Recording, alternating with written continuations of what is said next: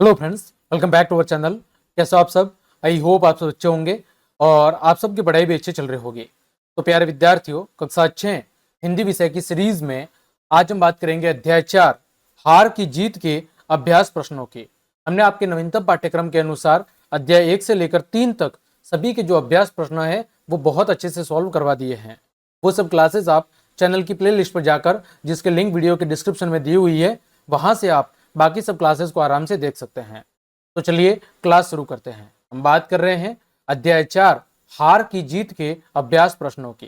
तो सबसे पहले पाठ से संबंधित जो प्रश्न दिए गए हैं उनकी तरफ हम बढ़ते हैं। तो देखें, पहला प्रश्न है वो है मेरी समझ से, यानी मेरी समझ पर आधारित प्रश्न।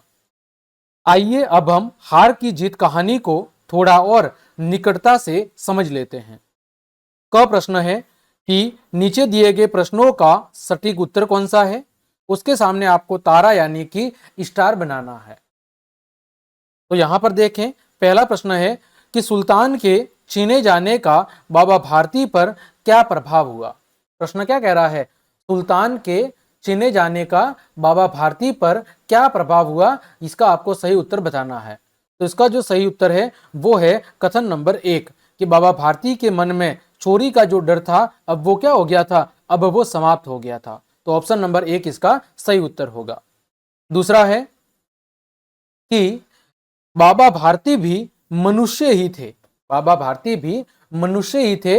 इस कथन के समर्थन में लेखक ने कौन सा तर्क दिया है? तो इसके समर्थन ने लेखक ने जो तर्क दिया है वो है कि जो बाबा भारती है वो घोड़े की प्रशंसा दूसरों से सुनने के लिए क्या थे? व्याकुल थे। तो कथन नंबर 2 इसका सही उत्तर होगा। आगे बढ़े, ख है अब अपने मित्रों के साथ चर्चा कीजिए कि आपने ये उत्तर ही क्यों चुने हैं। अब अपने मित्रों के साथ ये चर्चा करनी है कि आपने प्रश्न 1 और 2 के अंदर यही उत्तर क्यों चुने हैं। तो इसका कारण क्या है देखें। तो यहां पर इसका जो कारण है कि पहले प्रश्न के अंदर जो बाबा भारती है, बाबा भारती ने अपने घोड़े को खो दिया था। तो अब उन्हें चोरी का जो डर था वो चोरी का डर उनका खत्म हो गया था। दूसरे में प्रशंसा चाहना एक सामान्य मानवीय भावना है, यानी प्रत्येक मानव के अंदर एक मानवीय भावना होती है कि वह अपनी प्रशंसा चाहता है। जो यह दर्शाता है कि बाबा भारती भी सामान्य मनुष्यों की तरह भावनाओं से क्या थे? युक्त थे। उन्हें भी अपने घोड़े की प्रशंसा दूसरों से सुनना काफी अच्छा लगता था। तो इस वजह से हमने यहाँ पर दोनों प्रश्नों के उत्तर को ये चुना है। आगे बढ़ते हैं। आगे जो प्रश्न है वो है शीर्षक आधारित प्रश्न। कौन से प्रश्न है? वो है आपके शीर्षक आधारित प्रश्न। देखो, क प्रश्न है कि सुदर्शन ने कहानी का नाम हार की जीत क्यों दिया होगा। अपने उत्तर का कारण भी दीजिए। प्रश्न क्या कह रहा है कि सुदर्शन ने अपनी जो कहानी का नाम है वो हार की जीत क्यों दिया होगा। इसके पीछे कारण क्या है वो कारण आपको यहाँ पर बताना है। तो देखें, यह जो शीर्षक है वो इसलिए उपयुक्त है क्योंकि पहला कारण है कि खड़ग सिंह की हार, यानी उसके द्वारा घोड़े को वापस करना, वास्तव में उसकी क्या थी? वास्तव में उसकी नैतिक जीत थी। दूसरा, बाबा भारती की भौतिक हार, यानी कि घोड़े को खोना। बाबा भारती की भौतिक हार मतलब घोड़े को खोना उसकी आध्यात्मिक जीत के अंदर बदल गई। और ये बातें ये दर्शाती है कि कभी कभी हार में भी क्या छिपी होती है? कभी कभी हार के अंदर भी जीत छिपी होती है। ठीक, आगे बढ़े। ख प्रश्न है कि यदि आपको इस कहानी में कोई अन्य नाम देना हो तो क्या नाम देंगे और आपने यह नाम क्यों सोचा, यह भी बताइए। प्रश्न क्या कह रहा है कि यदि आप इस कहानी को कोई दूसरा नाम देना चाहे तो क्या नाम देंगे, आपने क्या नाम सोचा वह भी बताइए। तो इस कहानी का अगर मैं दूसरा नाम देना चाहता तो मैं देता परिवर्तन का चमत्कार या करुणा की शक्ति।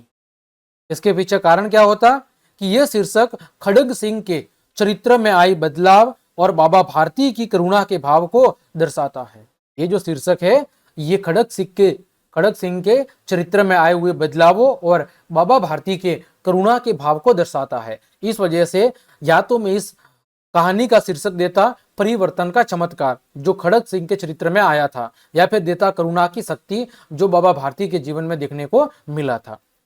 यह प्रश्न है कि बाबा भारती ने डाकू खड़ग सिंह से कौन सा वचन लिया। प्रश्न क्या है, बाबा भारती ने ठाकुर खड़ग सिंह से कौन सा वचन लिया।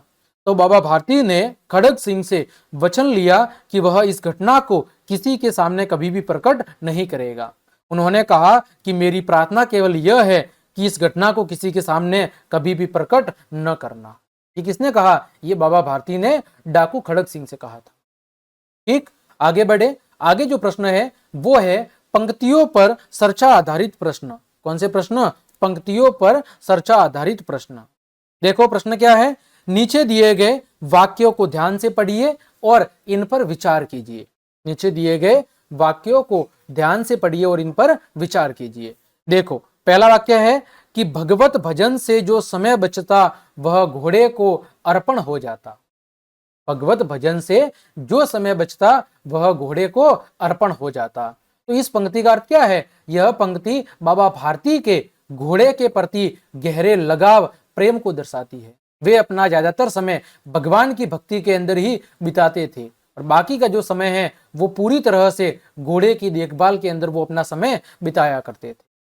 ठीक, दूसरा कथन है या पंक्ति है, बाबा ने जो घोड़ा दिखाया घमंड से, खड़ग सिंह ने घोड़ा देखा आश्चर्य से। बाबा ने घोड़ा दिखाया घमंड से, खड़ग सिंह ने घोड़ा देखा आश्चर्य से। तो इस पंक्ति का अर्थ है कि यह वाक्य दोनों पात्रों की मनोदशा को दर्शाता है। खड़ग सिंह और बाबा भारती दोनों पात्रों की मनोदशा को यह कथन दर्शाता है। बाबा को अपने घोड़े पर गर्व था, जबकि खड़ग सिंह घोड़े की असाधारण सुंदरता से क्या था, आश्चर्यचकित था।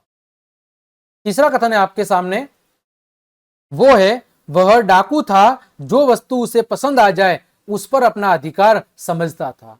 कौन, खड़ग सिंह जो कि डाकू था और जो वस्तु उसे पसंद आ जाए वह उस पर अपना अधिकार समझता था।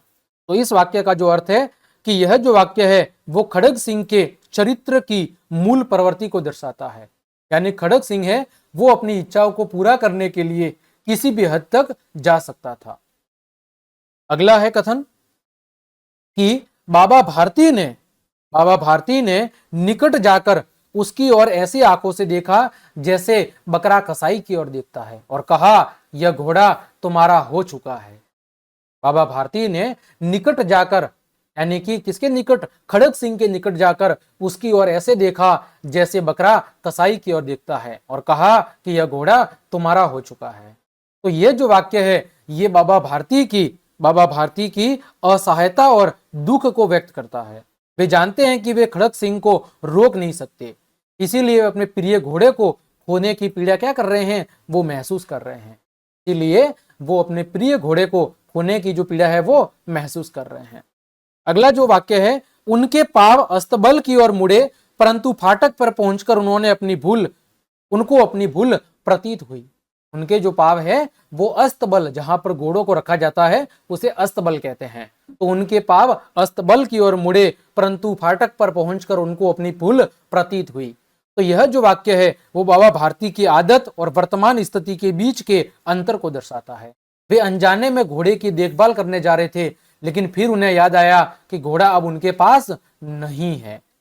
ठीक, तो यहाँ पर अलग अलग पंक्तियों के हमने अलग अलग जो अर्थ इस अध्याय के संदर्भ में थे उनको हमने जाना है। आगे जो प्रश्न है वो है सोच विचार के लिए प्रश्न। सोच विचार के लिए प्रश्न, दी गई पंक्ति के विषय में पता लगाकर अपनी लेखन पुस्तिका के अंदर लिखिए। दी गई पंक्ति के संबंध में आपको उनका पंक्ति के विषय के संबंध में पता लगाना है और अपनी उत्तर पुस्तिका में लिखना है। तो देखें कि पंक्ति क्या है, दोनों के आंसुओं का उस भूमि की मिट्टी पर परस्पर मेल हो गया। दोनों के आंसुओं का उस भूमि की मिट्टी पर परस्पर क्या हो गया, उस भूमि की मिट्टी पर परस्पर मेल हो गया। अब इस पर आधारित पहला प्रश्न है कि किस किस के आंसुओं का मेल हो गया था। तो इसका सही उत्तर होगा बाबा भारती और खड़ग सिंह के आंसुओं का मेल हो गया था। और ख प्रश्न है, दोनों के आंसुओं में क्या अंतर था। तो दोनों के आंसुओं में क्या अंतर था, तो बाबा भारती के आंसू खुशी और कृतज्ञता के थे, वही खड़ग सिंह के आंसू पश्चाताप और परिवर्तन के थे। तो दोनों ही व्यक्तियों के आंसुओं में क्या था, अंतर था कि जो बाबा भारती है उनके जो आंसू है वो खुशी और अपने कर्तव्य के प्रति जो निष्ठा थी उसके थे। वही खड़ग सिंह के जो आंसू है वो पश्चाताप और परिवर्तन के थे। आगे जो प्रश्न है वो है दिनचर्या आधारित प्रश्न। कौन से प्रश्न? दिनचर्या आधारित प्रश्न का प्रश्न है, कहानी के आधार पर बाबा भारती की दिनचर्या लिखिए।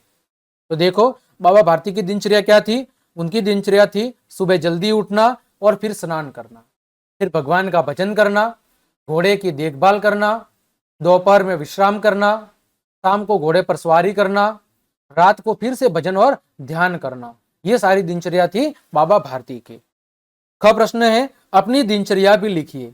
तो आप अपनी दिनचर्या है ये स्वयं लिख सकते हैं कि आप सुबह कब उठते हैं, उठने के बाद सबसे पहले क्या करते हैं, उसके बाद खाना कब खाते हैं, कब अपना गृह कार्य करते हैं, कब पढ़ाई करते हैं, कब खेलने के लिए जाते हैं। ये सारी दिनचर्या आप अपने अनुसार लिख सकते हैं, क्योंकि सभी प्यारे बच्चों की जो दिनचर्या है वो अलग अलग होगी। आगे बढ़ते हैं। अगला जो आपका प्रश्न है वो दिया हुआ है यहाँ पर, कहानी की रचना आधारित प्रश्न। कौन सा प्रश्न? कहानी की रचना आधारित प्रश्न। तो इस कहानी की कौन कौन सी बातें आपको पसंद आई, आपस में चर्चा कीजिए। इस कहानी की ऐसी कौन कौन सी बातें हैं जो आपको पसंद आई है, उनकी आपको चर्चा करनी है। तो देखें, इस कहानी की मुझे निम्न बातें पसंद आई। कौन सी बातें?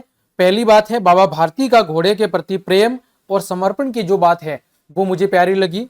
फिर खड़ग सिंह का चरित्र परिवर्तन, एक डाकू से दयालु व्यक्ति बनना, ये बात मुझे पसंद आई। फिर बाबा भारती की निस्वार्थ सोच, वे अपने घोड़े से ज्यादा मानवीय मूल्यों की चिंता करते हैं। फिर कहानी का अप्रत्याशित अंत, जहां खड़ग सिंह घोड़े को वापस लौटा देता है। ये कहानी का एक अनुमानित या अप्रत्याशित अंत था, जैसी किसी ने कल्पना भी नहीं की थी। फिर हार की जीत का संदेश, कैसे एक प्रतीत होने वाली हार वास्तव में एक नैतिक जीत बन जाती है। फिर कहानी की भाषा और वर्णन शैली, जैसे घोड़े और प्रकृति का बहुत ही सुंदर चित्रण यहाँ पर किया गया है। फिर मानवीय मूल्यों का सटीक चित्रण, जैसे डर, प्रेम, करुणा और पश्चाताप। आगे कहानी में प्रयुक्त उपमाएं और अलंकार, तो यहां पर कहानी के अंदर जैसे नीले नियनों सा यह अंबर, काली पुतली से ये जलधर, तो ये जो उपमाएं दी गई है और अलंकारों का बहुत ही बेहतरीन उपयोग किया गया है, ये बातें मुझे अच्छी लगी। फिर कहानी का नैतिक संदेश, जैसे दया की भावना, क्षमा की भावना और मानवता की जीत। फिर पात्रों के बीच संवाद और उनकी मनोदशा का प्रभावी चित्रण, ये सारी बातें मुझे कहानी की बहुत ही ज्यादा अच्छी लगी।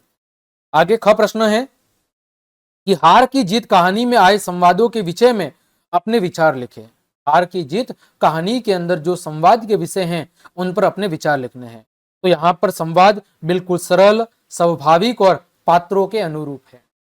वे कहानी को आगे बढ़ाने में मदद करते हैं और पात्रों के चरित्र को उजागर करते हैं। उदाहरण के लिए खड़ग सिंह और बाबा भारती का संवाद दोनों के व्यक्तित्व को क्या करता है? दोनों के व्यक्तित्व को यहाँ पर दर्शाता है। अगला जो प्रश्न है वो है मुहावरे कहानी से। कौन सा प्रश्न है? वो प्रश्न है मुहावरे कहानी से। पहला है दिए गए मुहावरों के अर्थ और प्रयोग लिखिए, और क है इनका प्रयोग करते हुए अपनी मां से नए वाक्य बनाइए, है ना।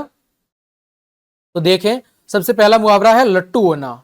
लट्टू होने का मतलब है किसी चीज या व्यक्ति पर बहुत ही ज्यादा मोहित हो जाना। लट्टू होने का मतलब क्या है? किसी चीज या व्यक्ति के ऊपर बहुत मोहित हो जाना। बात करें वाक्य की, तो राम अपनी नई साइकिल पर लट्टू हो गया। राम है वो अपनी नई साइकिल के ऊपर क्या हो गया? लट्टू हो गया। अगला वाक्य जो मुहावरा है हृदय पर सांप लौटना, यानी बहुत ही ईर्ष्या अथवा जलन होना। बात करें वाक्य प्रयोग की, अपने मित्र की सफलता को देखकर उसके हृदय पर सांप लौट गया। अगला है मुहावरा फूले न समाना, इसका मतलब बहुत ज्यादा खुश या गर्वित होना। वाक्य प्रयोग की बात करें तो बेटी के पहले स्थान पर आने की खबर सुनकर माता पिता फूले नहीं समा रहे थे। बेटी के पहले स्थान पर आने की बात सुनकर माता पिता फूले नहीं समा रहे थे। अगला मुहावरा है मुंह मोड़ लेना, यानी किसी से संबंध तोड़ लेना या ध्यान न देना। अपमान के बाद उसने अपने पुराने मित्रों से मुंह तोड़ लिया, यानी उनसे संबंध या ना जो रिश्ता नाता था वो तोड़ दिया। अगला जो मुहावरा है वो है मुंह खिल जाना या मुख खिल जाना, इसका मतलब होता है बहुत प्रसन्न होना। बात करें वाक्य प्रयोग की, बच्चे को देखते ही दादी का मुख खिल गया। अगला मुहावरा है न्योछावर कर देना, यानी किसी के लिए सब कुछ त्याग देना। बात करें वाक्य की तो मां ने अपना सारा जीवन बच्चों पर क्या कर दिया, न्योछावर कर दिया। आगे जो प्रश्न है वो है कैसे कैसे पात्र, यानी गुणों को बताने वाले शब्दों से दिए गए शब्द चित्रों को पूरा कीजिए। देखो यहां पर बाबा भारती, सबसे पहले बाबा भारती की विशेषता दी हुई है। तो बाबा भारती उदार थे, समझदार थे, दयालु थे, भक्त थे, त्यागी थे और घोड़े के प्रति बहुत ही ज्यादा प्रेमी व्यक्ति थे। फिर बात करें अगली विशेषता है वो है डाकू खड़क सिंह की। तो डाकू खड़क सिंह साहसी था, चतुर था, परिवर्तनशील व्यवहार वाला, संवेदनशील, पश्चातापी और बाहुबली था। ये सारी विशेषता किसकी है, ये सारी विशेषता खड़क सिंह की है। आगे बढ़े हम, अगला प्रश्न है वो है सुल्तान घोड़ा। तो सुल्तान घोड़ा कैसा था, उसकी विशेषता है कि वो आकर्षक था, चपल था, वफादार था, बलवान था, सुंदर था और प्रतिभाशाली था। ये सारी विशेषता किसकी है, ये सुल्तान घोड़े की विशेषता है। देखें अगला जो शब्द है वो है विशेषण। तो देखो विशेषण वे शब्द होते हैं जो संज्ञा या सर्वनाम की विशेषता बताते हैं। तो इस कहानी के अंदर प्रयुक्त कुछ विशेषण आपके सामने दिए हुए हैं। जैसे सुंदर घोड़ा, तो घोड़े की विशेषता क्या है कि वो सुंदर है। फिर बलवान घोड़ा, घोड़े की विशेषता क्या है कि वो बलवान है। फिर प्रसिद्ध डाकू, तो डाकू की विशेषता क्या है कि वो प्रसिद्ध था। फिर छोटा सा मंदिर और बूढ़ी धरती, तो वे शब्द जो संज्ञा या सर्वनाम की विशेषता बताते हैं उन्हें हम विशेषण शब्द कहते हैं।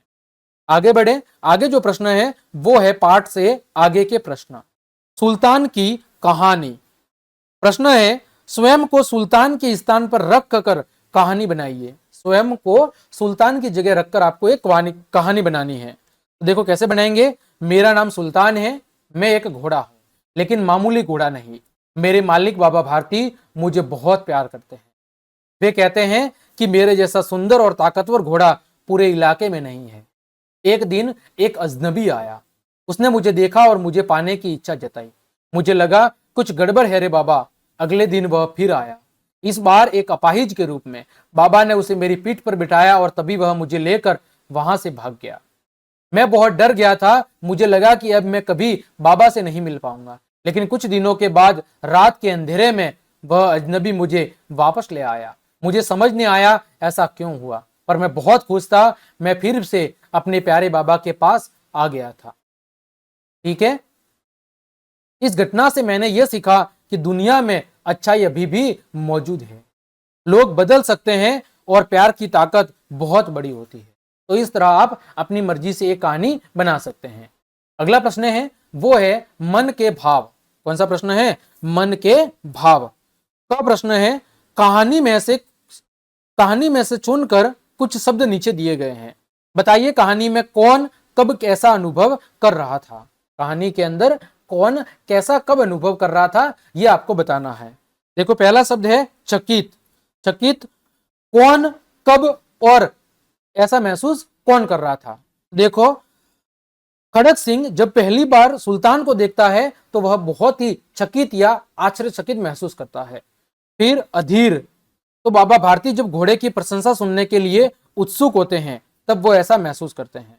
फिर डर, बाबा भारती जब खड़क सिंह के लौटने का इंतजार करते हैं। फिर प्रसन्नता, बाबा भारती जब सुल्तान को वापस पाते हैं तो बिल्कुल प्रसन्न हो जाते हैं। करुणा, बाबा भारती जब खड़क सिंह की मदद करते हैं। निराशा, बाबा भारती जब सुल्तान को खोने का एहसास होता है। बाबा भारती को जब सुल्तान को खोने का एहसास होता है तब वो बिल्कुल निराश महसूस करते हैं। ख प्रश्न है आप उपयुक्त भावों को कब कब अनुभव करते हैं लिखिए। आप है वो ऊपर दिए गए जो भाव है उन भावों को आप कब अनुभव करते हैं ये आपको बताना है। जैसे चकित, तो जब कोई अप्रत्याशित घटना घटित होती है जैसे अचानक बिजली चमकना तो मैं बहुत ही ज्यादा चकित हो जाता हूं। अधीर, परीक्षा के परिणाम का इंतजार करते समय मैं बहुत ही ज्यादा अधीर हो जाता हूं। डर, अंधेरे में अकेले होने पर मैं बहुत ज्यादा डरता हूं। प्रसन्नता, दोस्तों के साथ समय बिताते हुए या कोई उपलब्धि हासिल करने पर मैं बहुत ही ज्यादा प्रसन्न हो जाता हूं। करुणा, किसी जरूरतमंद अथवा पीड़ित व्यक्ति को देखकर मेरे अंदर करुणा का भाव उत्पन्न हो जाता है। फिर निराशा, तो किसी लक्ष्य को प्राप्त न कर पाने पर मैं क्या हो जाता हूं, मैं निराश हो जाता हूं। आगे बात करें पाठ से अतिरिक्त, पाठ से अतिरिक्त, वह चली हवा कविता पर विचार, वह चली हवा कविता के ऊपर अपने विचार बताने हैं। तो इस कविता में मुझे पत्तों की खुशी का वर्णन अच्छा लगा। कवि ने एक सूक्ष्म घटना हवा का चलना को बहुत ही सुंदर तरीके से यहाँ पर प्रस्तुत किया है। यह दर्शाता है कि प्रकृति में छोटी छोटी चीजें भी बहुत ज्यादा महत्वपूर्ण है और उनका अपना भी क्या है, अस्तित्व है। ठीक, तो प्यारे विद्यार्थियों, इस तरह आज की इस क्लास के अंदर हमने आपके अध्याय 4 के अभ्यास के जितने भी प्रश्न दिए गए थे उन सभी के उत्तर हमने बहुत अच्छे से जान लिए हैं। उम्मीद करता हूं सभी प्रश्नों के उत्तर आपको बहुत अच्छे समझ में आ गए होंगे। तो क्लास देखने के लिए आप सभी का धन्यवाद। यदि आपको मेरी क्लास और ये मेहनत पसंद आई है तो फिर लाइक, कमेंट, शेयर और सब्सक्राइब जरूर करें। मिलते हैं अगली क्लास में, तब तक के लिए आप सबको जय हिंद, जय भारत।